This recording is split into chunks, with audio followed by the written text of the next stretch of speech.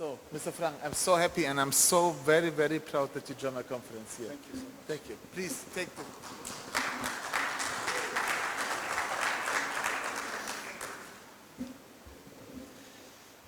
So finally is the last section of this seminar. Thank you so much for the invitation. Just I spend a minute to tell about myself. My name is Farhang Maghdeed. I'm a software engineer by profession. I have been in the digitalization space since 2000.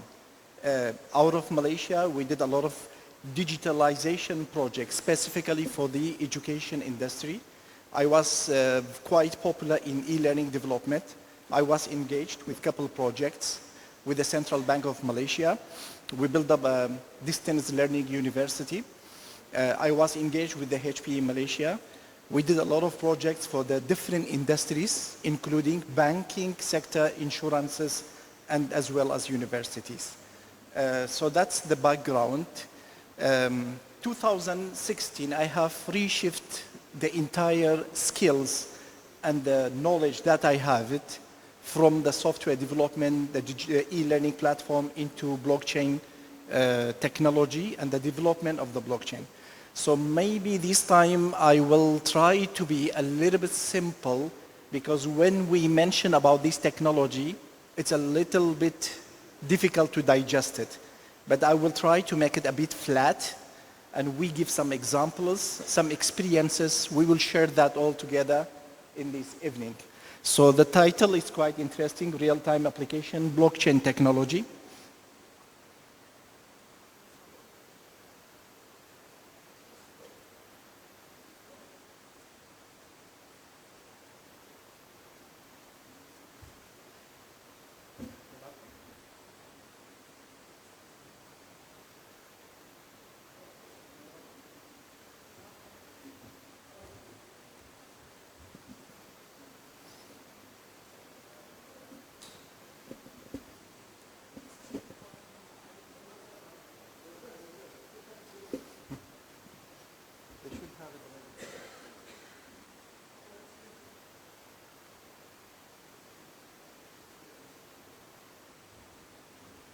So what would be the blockchain basically, and how is it important? So but blockchain is the technology behind the Bitcoin, as simple as possible. Majority people, they don't know what is the blockchain, but when we mention about the cryptocurrency, the scientific term for the digital currency, they wouldn't believe it, what is that? But when we mention about Bitcoin, that's the blockchain technology behind the Bitcoin. So, but mainly the meaning is more than what we are expecting. It's not only a piece of machine, it's not only a piece of code. So basically blockchain is entire architecture has been structured in a way algorithm plays a role, like meaning to say that we structured it some certain technology using algorithm and run in a consensus without any human intervention. And this concept has started in 2008, October, by an anonymous group or a person who's called Satoshi Nakamoto, when he published a paper, peer-to-peer electronic cash system. And we have also another paper which has been built on the top of blockchain in 2011. So that has been announced in a conference. That's what we call smart contract, which is by the Ethereum platform. So I'm not going to go to the history, might be known by majority of you guys, but I'm trying to mention a little bit about the application of the blockchain. So we have definitely some application structured within the blockchain. So we have a ledger. So one of the main technology within the blockchain is a ledger technology, LDT. So now when we mention about the ledger, that's when the transaction happen between two parties. A ledger will be created and that ledger will be kept in the network. As simple. And we have a smart contract. The smart contract, when we initiate it, for the integration of the blockchain with the business cases.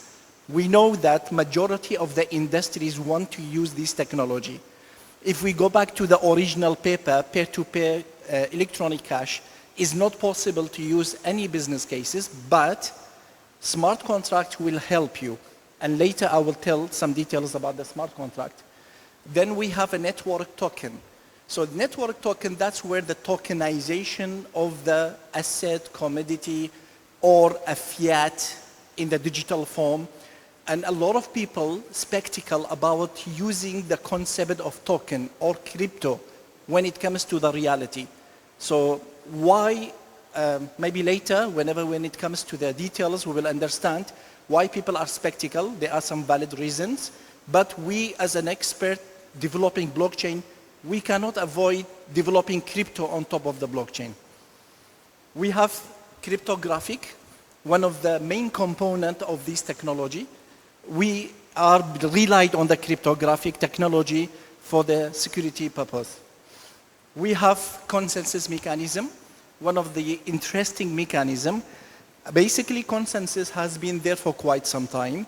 It's, you know, the history of the consensus goes back to 80th.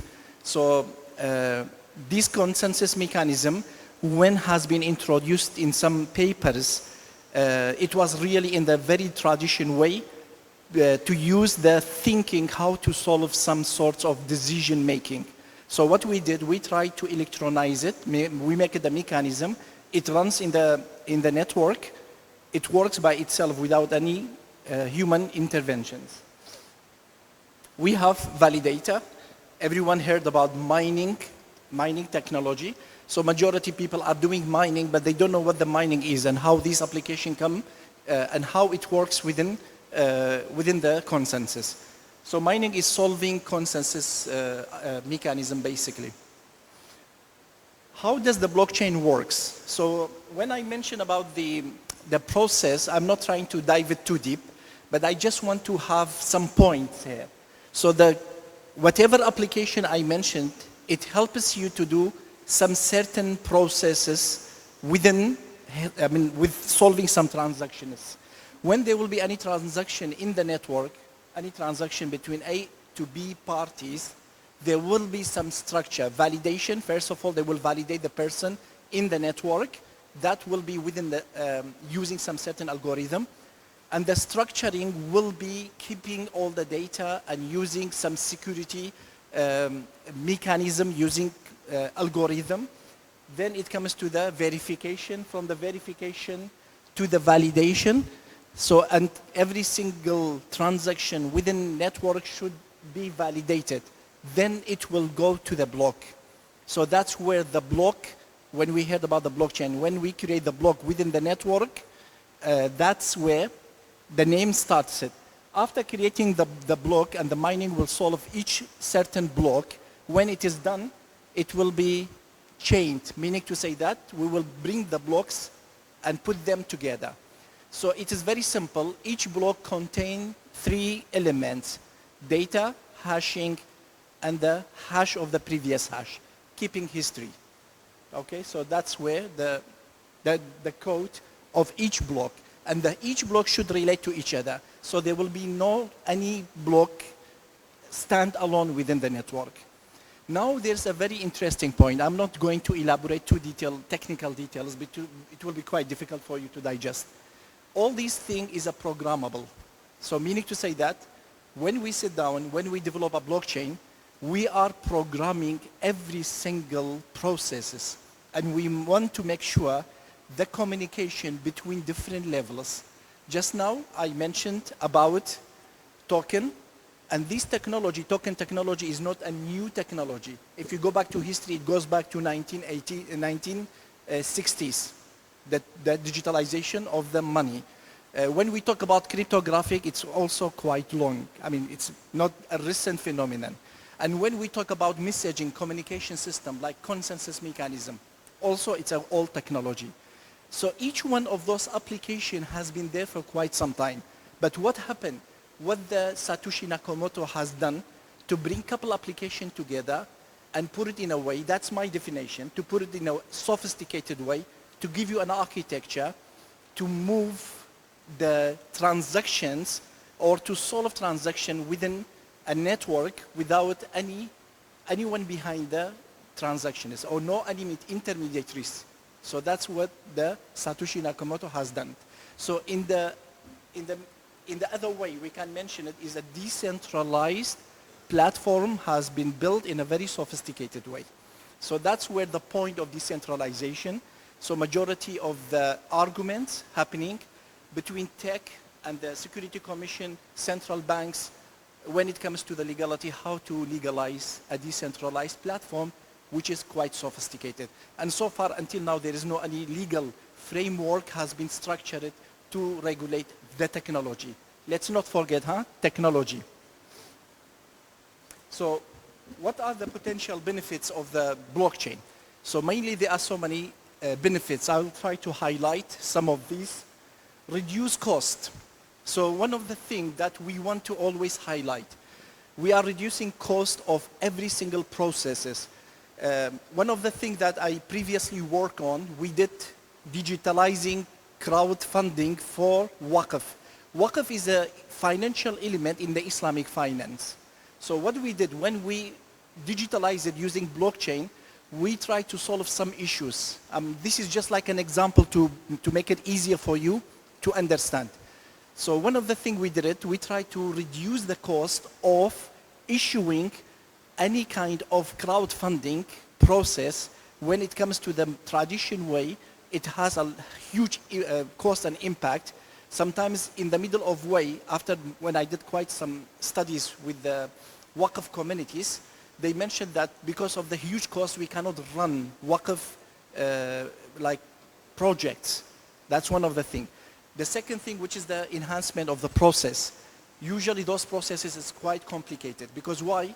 We have some certain project, we have legal entity, and we have some financial institutions, and then there will be some investors. How to bring them together? I was communicating with some gentleman here. When we bring all these together, there will be actually a long process. It sometimes take 7-8 months to just come out with a result or a contract between investor and the Waqf developers. But what the blockchain does, it will eliminate 8 months and it gives you a contract within 10 seconds.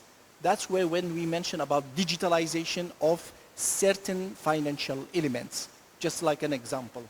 So we have just like a consensus, we are building a consensus environment. We are trying to bring the technology among a community because it's not only about the technology, by the way. If we don't have incentivization or bring people around the technology, we will not be able to fill the blockchain or this platform. So meaning to say that the incentivization is one of the main component or a security component for this technology.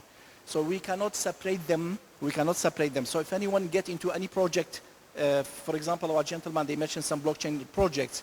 If there is no incentivization, there will be no any what we call feelings for this technology. So also about the security, actually the technology provides a very sophisticated security. There are 5 levels of the security, which is the level of accessibility, level of signature, and level of private and public key. We have consensus as a security and hashing mechanism. We are using a very sophisticated hashing mechanism called elliptic cryptographic. So these are the 5 levels of the security. So let me mention a little bit about smart contract. What is this smart contract? And then I will give you some example to make it clear and visionable. Basically, smart contract is an application has been built on top of blockchain. So that smart contract, which is the interfacing with the business cases. Just now I mentioned when I built a Waqf, Waqf is a smart contract, tokenizing Waqf industry using smart contract on top of blockchain. Or maybe Sukuk, or maybe let's say any other platforms, smart contract, it has a potential for connecting for any business cases. So basically smart contract representation, how people can see smart contract. It's not visible to you, it's not visible to me. We as a programmer, we may see it. We can code it and we can put it in the network. Some people ask me, Farhang, how can I see smart contract? Only by token. Smart contract is a token basically. So on the visibility of the blockchain, it's only two things, two elements. We have token as a smart contract and crypto as a fiat digital currency. So that's only two things visible to you to feel the blockchain and the business cases, the tokenization of real asset or the commodity. So basically smart contract is nothing only an address. Smart contract is nothing only an address. So this address is sitting on the blockchain. It's very important. Let's not forget, should be on blockchain. Because if it is not on the blockchain, it is not recognized by the blockchain experts. And that will not be also recognized by the legal framework as well.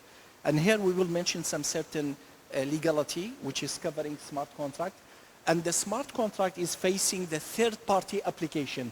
The third-party application could be an exchange, supply chain, wallet, health system, anything else you may name it. And one more thing, smart contract is a standard. In our world, when we mention about smart contract, is a standardization. Meaning to say that we come out with some certain standard suits that environment or that business cases. Is it a health? Is it like metaverse? Is it like an NFT? So you will get surprised what the NFT, metaverse, health, education do with the smart contract. So if we look at the principle of the token and crypto, sometimes I get these like feelings. People ask me, when we mention about blockchain, it's something, okay, viable, something strong. But when it comes to the crypto, we don't want to listen, or it's not like a legal thing.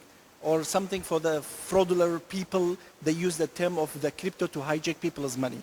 So basically for us, token is the lifeblood of decentralized system. When it goes to the crypto, crypto is the protection for the blockchain or the network. So meaning to say that we are using these two terms as a security software. I cannot eliminate them. When I develop the blockchain, I have to use them. If there is no tokenization, my security is not there. So that we will open the door for the intruders to hijack your technology. So basically what Ethereum has done, Ethereum has embedded something called ERC, Ethereum request for the comment. So this is the smart contract standards. Just now I mentioned about standard. There are thousands of the standard. Who are the people building those standards? Not the programmer, by the way, not the IT people, industrial experts, legal, finance, health, education. You have right to participate. I mean, this platform is open for you. You can go to ERC, register. You can be one of those people who develop any kind of rules. For example, one of the examples that I have, which is 1400 and 1410. One of the standards has been built. Why we built 1400 and 1410? For the legality. How the legal will look at the smart contract. One of the major thing is the contract. So what the legal usually ask me, when we do some certain transaction or some certain breaching between two parties, we need to have a physical contract in place.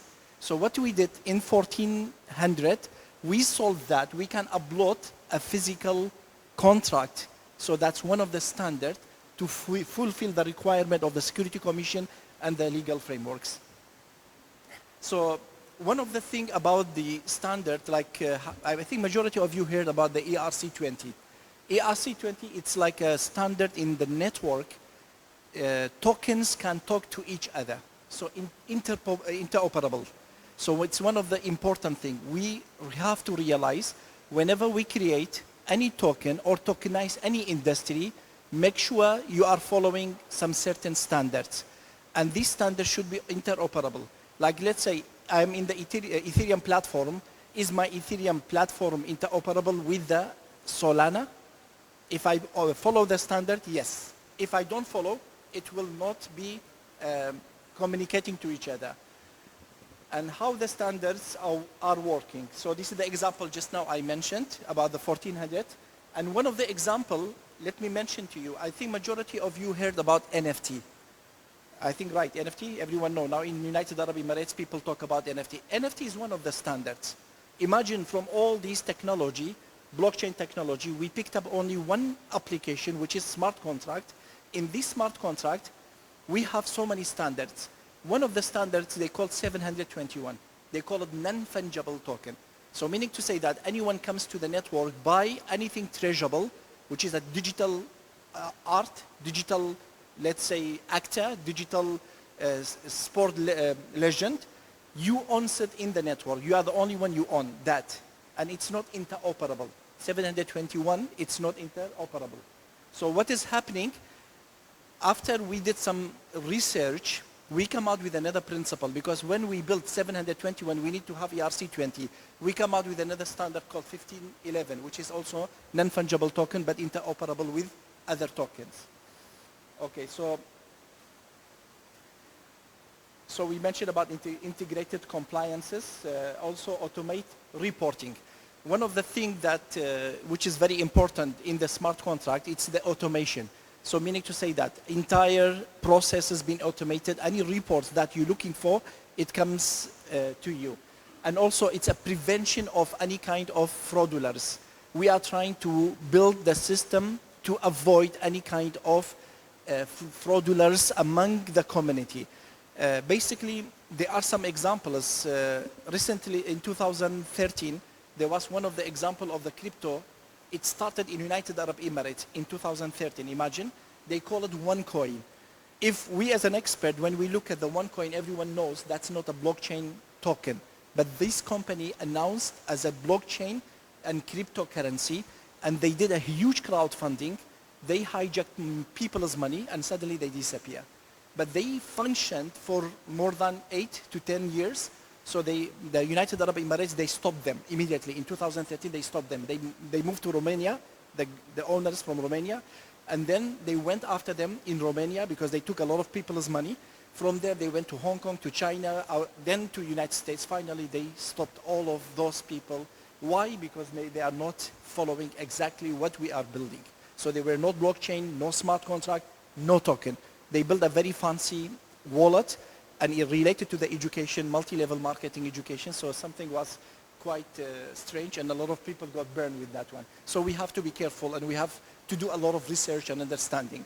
And one of the things also is transparency.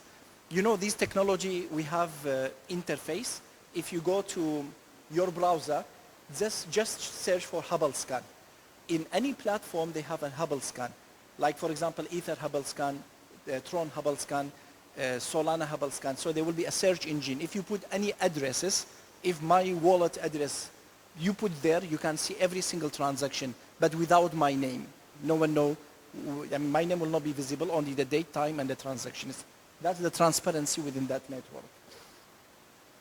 So basically, one of the good things about the smart contract is that 24 hours, 7 days. It will never stop because it's not a human intervention. It's an algorithm. It's a fractional ownership. You can break it, you can sell it. One of the gentlemen mentioned that I have a hotel.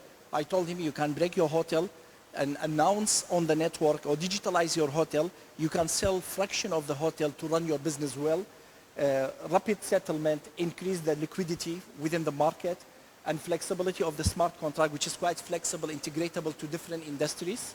And also automation, it's one of the elements, reducing indirect costs, asset interoperability. These are the benefits of the smart contract. So I brought some statistics. Basically, I could find it quite interesting. We want to share.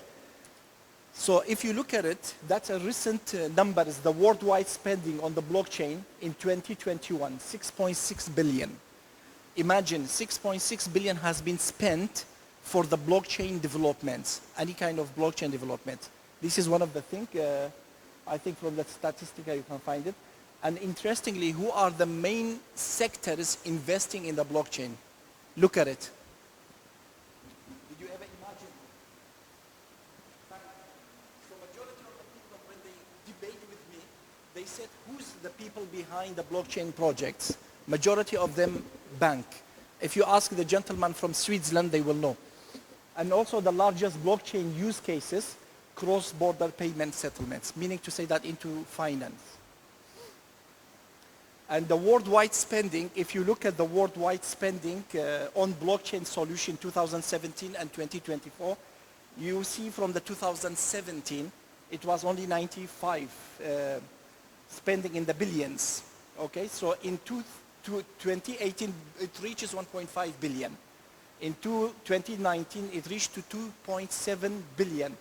And interestingly, in 2020, remember what was happening in 2020? Totally lockdown. Every business is closed. Everyone at home and no one is doing anything. But we were still functioning.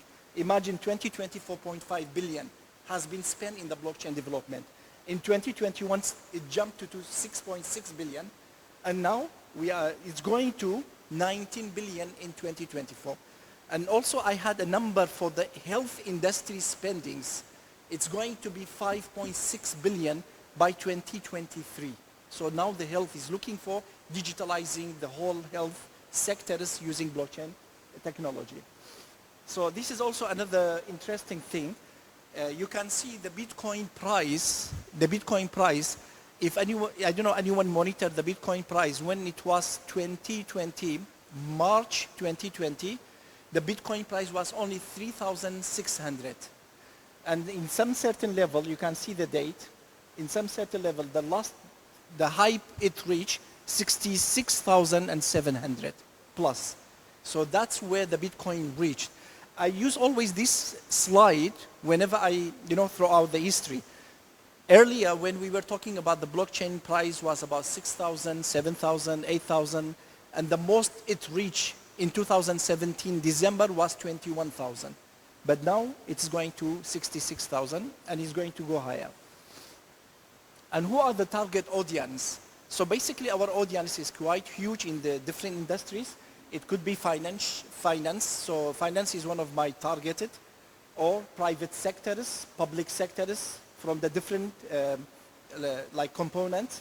We have certification records and media and digital. That's a quite interesting one as well. Physical asset and management. From the certification point of view, I'm going to give some example in United Arab Emirates. One of the things I wanted to mention. What is happening in United Arab Emirates? In 2021, March, I had a meeting with the Ministry of Economic.